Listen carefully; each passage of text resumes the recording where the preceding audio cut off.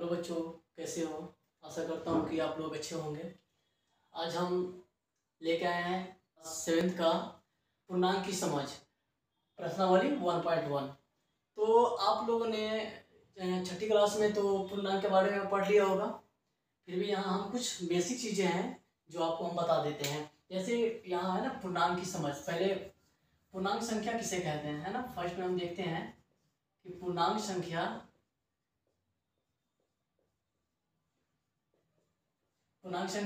किसे कहते हैं। ठीक है, तो देखिए इसको पूर्णांक संख्या क्या होता है कि जब पूर्ण संख्या के परिवार में, जब पूर्ण संख्या होता है ना, उसमें अगर ऋणात्मक संख्या शामिल हो जाता है, ठीक है, ऋणात्मक संख्या शामिल हो जाता है तो क्या होता है, वो पूर्णांक संख्या हो जाता है। जैसे देखिए जब पूर्ण संख्या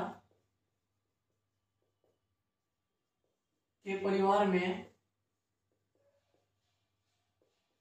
जब पूर्ण संख्या के परिवार में ऋण संख्या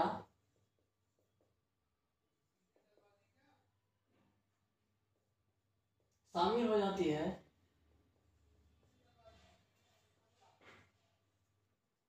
तो इस संख्या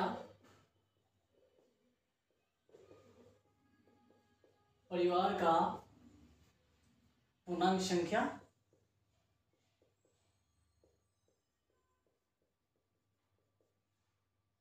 तो यह संख्या जो होता है ये क्या कहलाता है, पूर्णांक संख्या कहलाती है। ठीक है, देखिए पूर्णांक संख्या क्या होता है कि जब पूर्ण संख्या के परिवार में, जब पूर्ण संख्या के परिवार में ऋण संख्या या ऋणात्मक संख्या शामिल हो जाती है तो यह संख्या क्या होता है, पूर्णांक संख्या कहलाती है। ठीक है, जैसे कि देखिए कि -5, -4, -3 है ना, ऋण संख्या शामिल हो रहा है। -2, -1, फिर 0, फिर 1, 2 प्लस में है, सब कुछ नहीं है तो ये प्लस में है। ठीक है, 4 फिर 5। ठीक है, यह हमारा हो गया एग्जाम्पल हो गया। देखिए पूर्णांक संख्या किसे कहते हैं, जब पूर्ण संख्या के परिवार में ऋणात्मक संख्या शामिल हो जाती है तो संख्या क्या होता है, पूरा पूर्ण संख्या कहलाती है। ठीक है, और पूर्ण संख्या जो होता है हमारा, पूर्ण संख्या देखिए जो यह जो पूर्णांक संख्या हमारा होता है, यह जो पूर्णांक संख्या जो होता है यह दो तरह का होता है। ठीक है, पहला क्या होता है, धन पूर्णांक संख्या, धन पूर्णांक संख्या। ठीक है, धन पूर्णांक संख्या या धनात्मक पूर्णांक संख्या, या हम इसे लिख सकते हैं धनात्मक पूर्णांक संख्या। ठीक है, इसे हम प्लस से सूचित करते हैं। ठीक है, जोड़ के चिन्ह से सूचित करते हैं। और ऋणात्मक संख्या दूसरा होता है ऋणात्मक संख्या।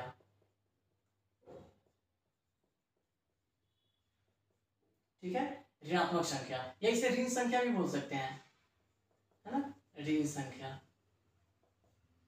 इसे माइनस से, ठीक है, माइनस से सूचित करते हैं। देखिए धनात्मक का मतलब क्या होता है, धनात्मक का मतलब क्या होता है कि जैसे कि कोई व्यक्ति अगर 5 रुपये में कोई सामान खरीदता है, ठीक है, अगर 7 रुपये में बेच देता है तो उसे 2 रुपये बेनिफिट हुआ, मतलब उसको लाभ कितना हुआ, 2 रुपये लाभ हुआ। तो लाभ हमेशा क्या होता है, यह जो लाभ हमारा क्या होता है, धनात्मक होता है हमेशा। अगर उसने 5 रुपया में खरीदा है, अगर उसने 3 रुपये में बेच देता तो क्या होता, 2 रुपये उसको हानि हो जाती है ना, तो ऋणात्मक हो जाता है। तो लाभ क्या होगा, हमारा लाभ क्या होगा, हमेशा, है ना, लाभ हमेशा धनात्मक होता है। और हानि क्या होता है,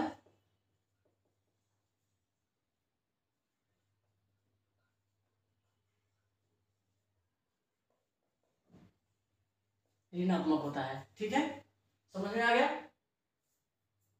और ये पूर्णांक संख्या जो है वो छठी क्लास में आपने पढ़ा होगा कि जैसे कि समतल जो है, कोई भी समतल जमीन है, इससे जितना ऊपर जाएगा, जितना ऊपर बढ़ेगा वो क्या होगा, धनात्मक होगा। जितना ऊपर, जैसे कि यहाँ पे 220 मीटर पे ऊपर कोई पतंग उड़ रहा है, ठीक है, तो ये क्या हो गया, धनात्मक है ये। ठीक है, ये प्लस है, ये धनात्मक हो गया हमारा। और नीचे कुआं है, नीचे यह हमारा कुआं है जिसकी गहराई जो है, जिसकी गहराई कितना है, 50 मीटर। तो यह क्या है, समतल जो है हमारा, यह जो समतल है यह से नीचे है, तो यह क्या हो गया, माइनस में। तो यह हमारा क्या हो गया, ऋणात्मक हो गया। ठीक है, धन पूर्णांक संख्या और ऋण पूर्णांक संख्या समझ में आ गया कि धन पूर्णांक संख्या हमेशा आगे की तरफ होता है, 0 से बड़ा होता है, और ऋण पूर्णांक संख्या क्या होता है, 0 से छोटा होता है। देखिए हम इसको संख्या रेखा पे इसको दिखाते हैं कि कैसे होता है। ठीक है, इसको नोट कर सकते हैं। अब ये देखिए हमारा संख्या रेखा है 0। ठीक है, अब ये देखिए हमारा संख्या रेखा है, संख्या रेखा के दाईं तरफ हमेशा प्लस ही होता है। ठीक है, 1 2 3 4 5 प्लस में होगा, ये सब प्लस दे सकते हैं, कोई बात नहीं है, फिर प्लस होता है ये सब में। 6, अब इधर आ जाएगा -1 -2 -3 -4 -5 -6। ठीक है, तो यहां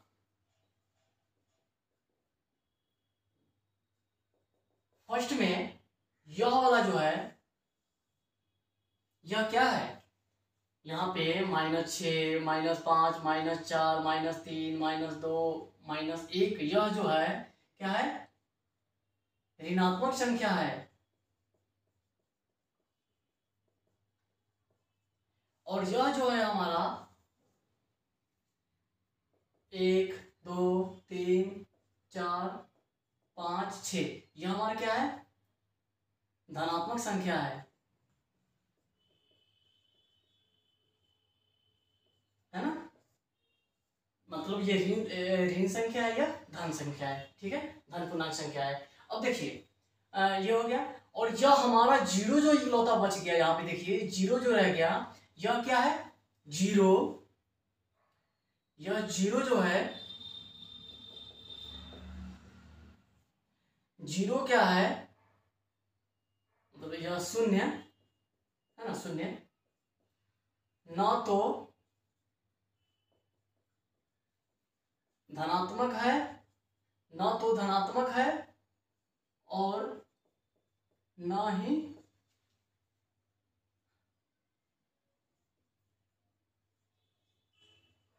ऋणात्मक है। ठीक है, 0 जो क्या है, न धनात्मक है और न ऋणात्मक है। ठीक है, और ध्यान दीजिएगा कि 0 से आगे की तरफ बढ़ने पे हमेशा धनात्मक होता है, और पीछे की तरफ हमेशा ऋणात्मक होता है। मतलब बाईं तरफ ऋणात्मक होता है और दाईं तरफ धनात्मक होता है। और संख्या रेखा पे एक ही ध्यान दीजिएगा, यह हमारा जो संख्या रेखा है, यह क्या है, हमारा संख्या रेखा है ना, यह जो हमारा है, यह वाला, यह क्या है, संख्या रेखा है। संख्या रेखा पे बाएं से दाएं तरफ जाने पे, संख्या रेखा पे बाएं से दाएं तरफ जाने पे हमेशा बड़ा ही होता है। अब यहां से भी लेंगे फिर भी, ये देखिए -6 है, -5 है, इससे ये बड़ा है। समझ गए ना, जैसे कोई अगर 6 रुपये के नुकसान में है और ये 5 रुपये के नुकसान में है, तो सबसे ज्यादा नुकसान में ये है, ये थोड़ा सा कम है ना, तो इसलिए इससे बड़ा ये हो गया। ऐसे बढ़ते चला जाएगा, तो बाएं से दाएं की तरफ हमेशा बड़ा होता है। ठीक है, और दाएं से बाएं की संख्या हमेशा छोटा होता है। ठीक है, और 0 से आगे की तरफ बढ़ते क्रम में होता है।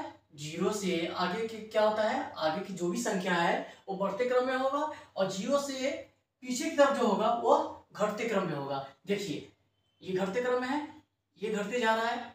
जैसे कि यह कोई अगर 1 रुपये के नुकसान में है, ये 2 रुपये के नुकसान में हो गया, ये 3 रुपये के नुकसान में हो गया ना, तो ये घटते जा रहा है और इधर ये बढ़ते जा रहा है। ठीक है, ठीक है। अब हम जानेंगे योगात्मक प्रतिलोम, योज्य प्रतिलोम। ठीक है, ठीक है, दोनों एक ही है, योगात्मक प्रतिलोम या योज्य प्रतिलोम, दोनों एक ही नाम है। ठीक है, तो योगात्मक प्रतिलोम या योज्य प्रतिलोम किसे कहते हैं? तो यहां हम लिखेंगे इसका परिभाषा, किसी पूर्णांक के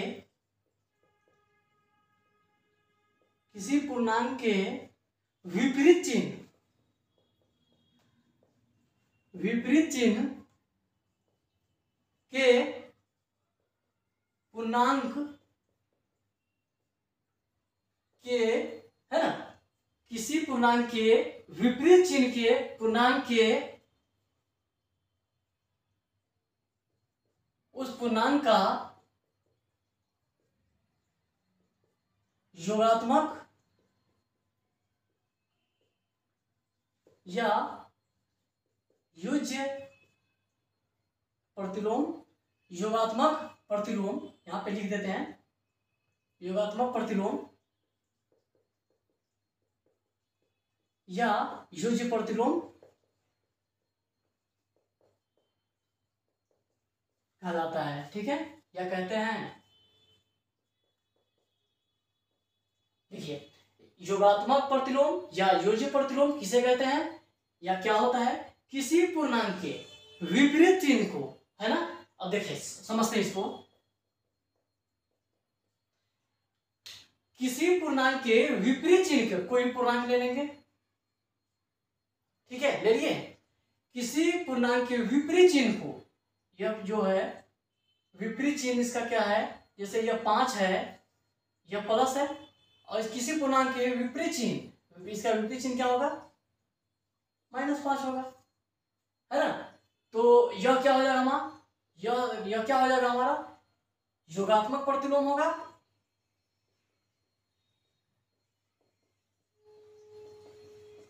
प्रतिलोम या योज्य प्रतिलोम कहलाएगा। ठीक है, यह हमारा कह रहा है कि किसी पूर्णांक के विपरीत चिन्ह, किसी पूर्णांक है यह, इसका विपरीत चिन्ह क्या कहलाएगा, योगात्मक प्रतिलोम या योज्य प्रतिलोम कहलाएगा। ठीक है, अगर हम कहेंगे कि देख, जैसे कि -8 है, ठीक है, -8 है, इसका योगात्मक प्रतिलोम क्या होगा, तो इसका विपरीत, विपरीत ही तो होता है ना, यहां पे कह रहा है ना, विपरीत चिन्ह ही योगात्मक प्रतिलोम और योज्य प्रतिलोम कहलाता है। ठीक है, तो -8 जो है इसका योज्य प्रतिलोम क्या होगा, या तो योगात्मक प्रतिलोम क्या होगा, तो इसका क्या हो जाएगा, +8, यह हो जाएगा। ठीक है, और एक चीज और यहां पे नोट कीजिएगा, दो योगात्मक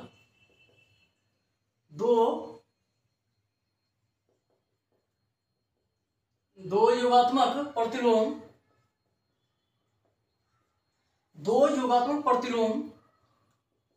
का योग हमेशा 0 होता है।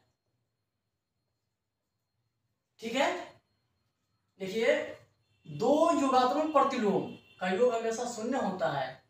देखिए, दो योगात्मक, जैसे कि हम मान के चलिए कि हम यहाँ पे 5 ले लिए, इसका उल्टा क्या होगा, योगात्मक निकले प्रतिलोम लिखना है ना इसका, तो उल्टा वो -5 हो जाएगा। इसी का दो योगात्मक प्रतिलोम का योग, इसी का योगात्मक क्या होगा, अगर ये प्लस में है तो इसका योगात्मक क्या होगा, माइनस में हो जाएगा। दो योगात्मक प्रतिलोम, दो योगात्मक, एक ये और एक ये का योग, मतलब योग क्या हो जाएगा इसका, हल करेंगे तो 5 का 5 और प्लस में माइनस, माइनस और 5, ये दोनों कट जाएगा, हमारा क्या हो जाएगा 0। आ गया ना।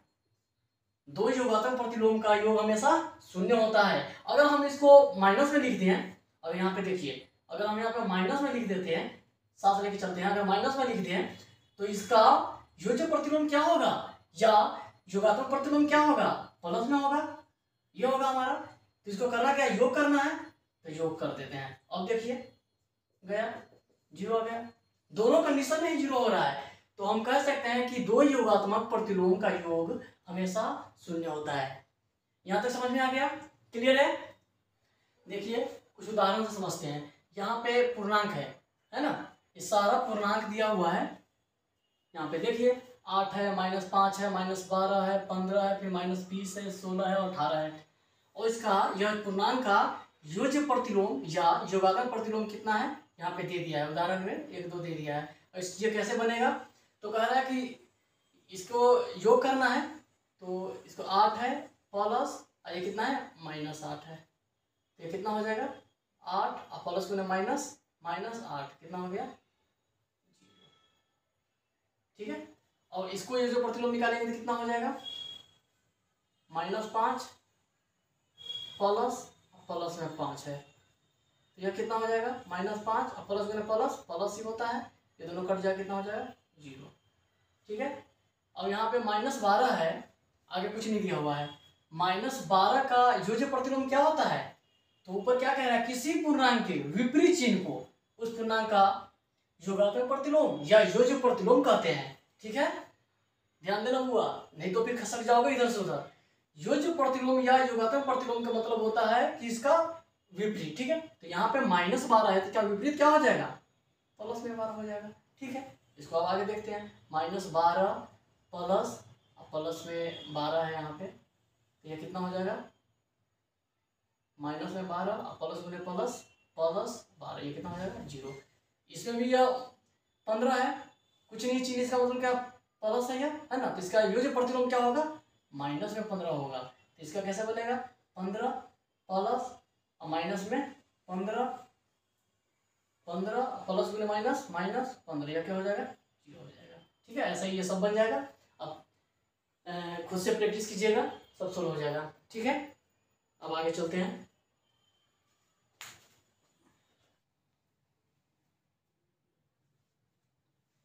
अब अगला टॉपिक है पूर्णांकों के जोड़ व घटाव के गुण, ठीक है। इसके गुण निम्नलिखित है। जैसे पहला है संवृत्त गुण नियम, ठीक है, संवृत्त नियम बोल दीजिए या तो संवृत्त गुण बोल दीजिए, ठीक है। तो इसका परिभाषा लिखते हैं पहले, संवृत्त गुण या संवृत्त नियम, ठीक है। हम जानते हैं कि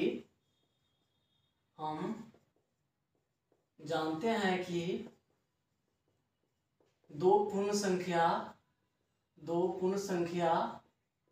का योग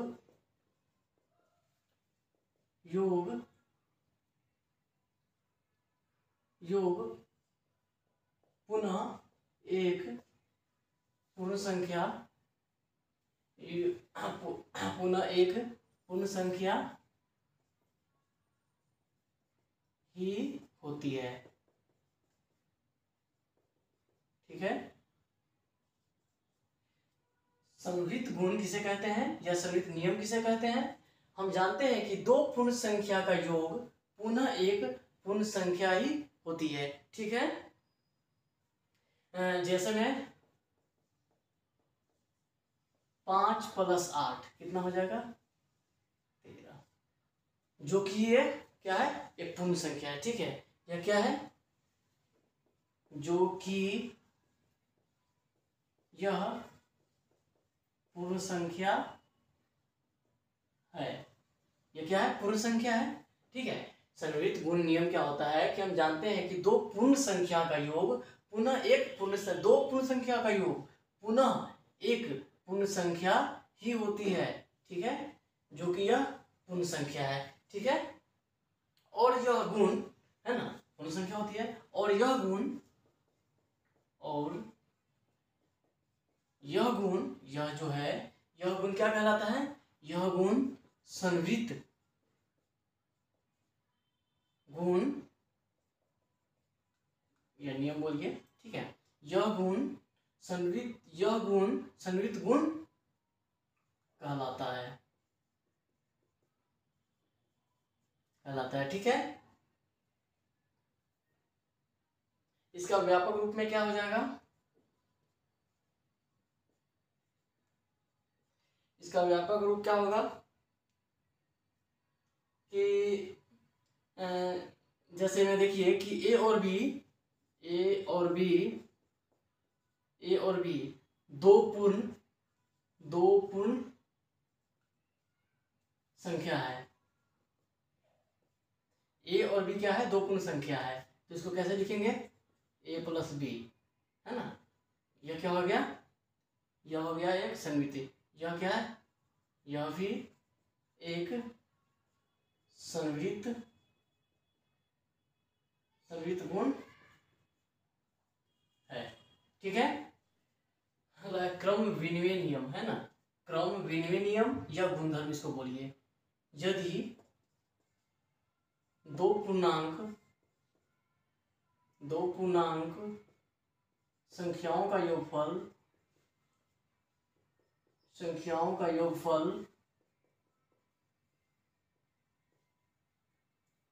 एवं यदि दो पूर्णांक संख्याओं का योगफल एवं उनके उल्टे क्रम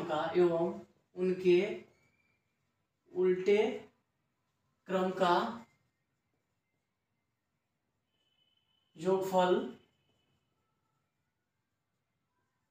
समान हो तो यह क्रम विनिमय गुणधर्म या नियम, है ना। गुणधर्म यदि दो पूर्णांक संख्याओं का योगफल एवं उनके उल्टे क्रम का योगफल समान हो तो यह क्रम विनिमय नियम गुणधर्म कहलाती है। ठीक है, समझ में आ गया। जैसे में कि -3 प्लस -5, इसको हल करेंगे कितना आएगा? -3 प्लस -5, इसको हल करेंगे कितना आ जाएगा? -8। ठीक है। अब कह रहा है यदि दो पूर्णांक संख्याओं का योगफल यह आया क्रम का योगफल और उनके उल्टे क्रम का योगफल। अगर हम इसको उल्टा कर देते हैं, -5 पहले लिख देते हैं और ये -3 इधर लिख देते हैं, तो -5 -3 कितना हो गया? -8। यह भी बराबर हो गया, यह भी बराबर, दोनों बराबर हो गया। तो यह क्या हो गया? क्रम विनिमय नियम हो गया। ठीक है, क्रम विनिमय नियम हो गया या क्रम विनिमय गुणधर्म इसको बोल सकते हैं। ठीक है, इसका व्यापक रूप क्या हो जाएगा? यदि ए और बी दो पूर्णांक है तो ए प्लस बी या बी प्लस ए लिख सकते हैं।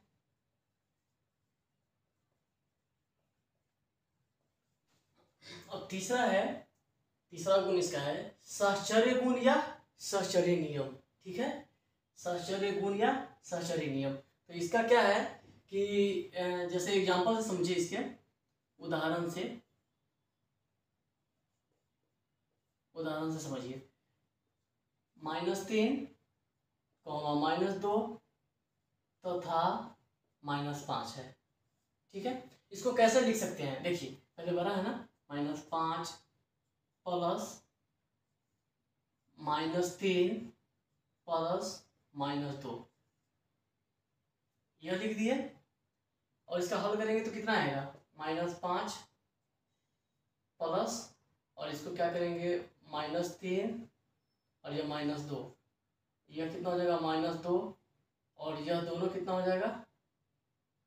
+5, ये दोनों हो जाएगा कि -5। ठीक है, अब ये -5 और ये -5, -10 हो गया। ऐसे लिख लिया। अब दूसरा कंडीशन में कैसे लिखेंगे? ये फर्स्ट कंडीशन हो गया। दूसरा कंडीशन में क्या लिखेंगे कि -5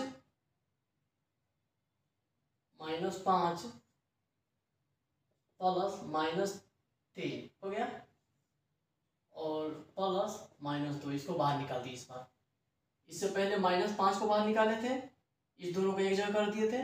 अब क्या किए हैं इस दोनों को एक जगह करके -2 को बाहर निकाल दिए हैं, तो इसका क्या हल होगा, -5 -3 ये हो गया, और इसका कर देते हैं -2, तो हो जाएगा 5 3 8 -8,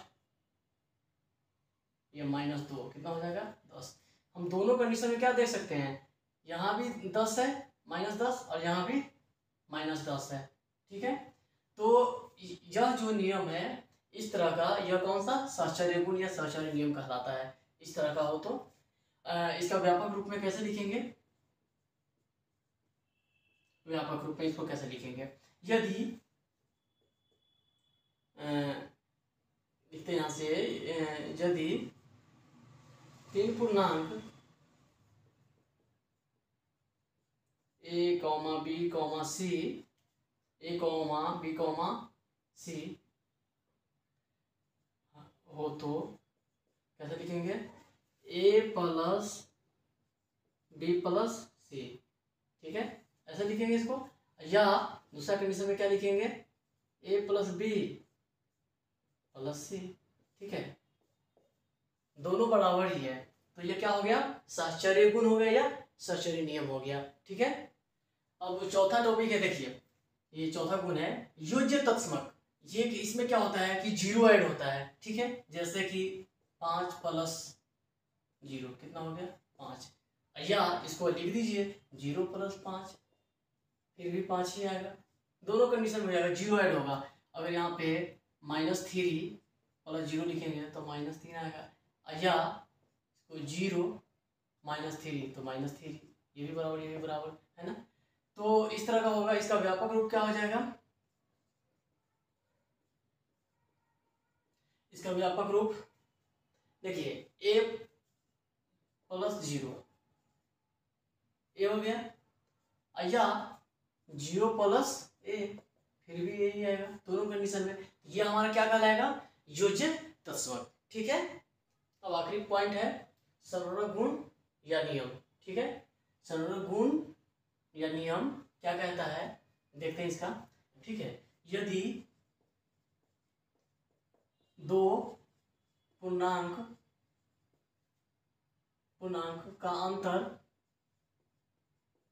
यदि 2 पूर्णांक का अंतर एक पूर्णांक होती है, एक पूर्णांक होती है, तो इसे घटाव का समवर्ग गुण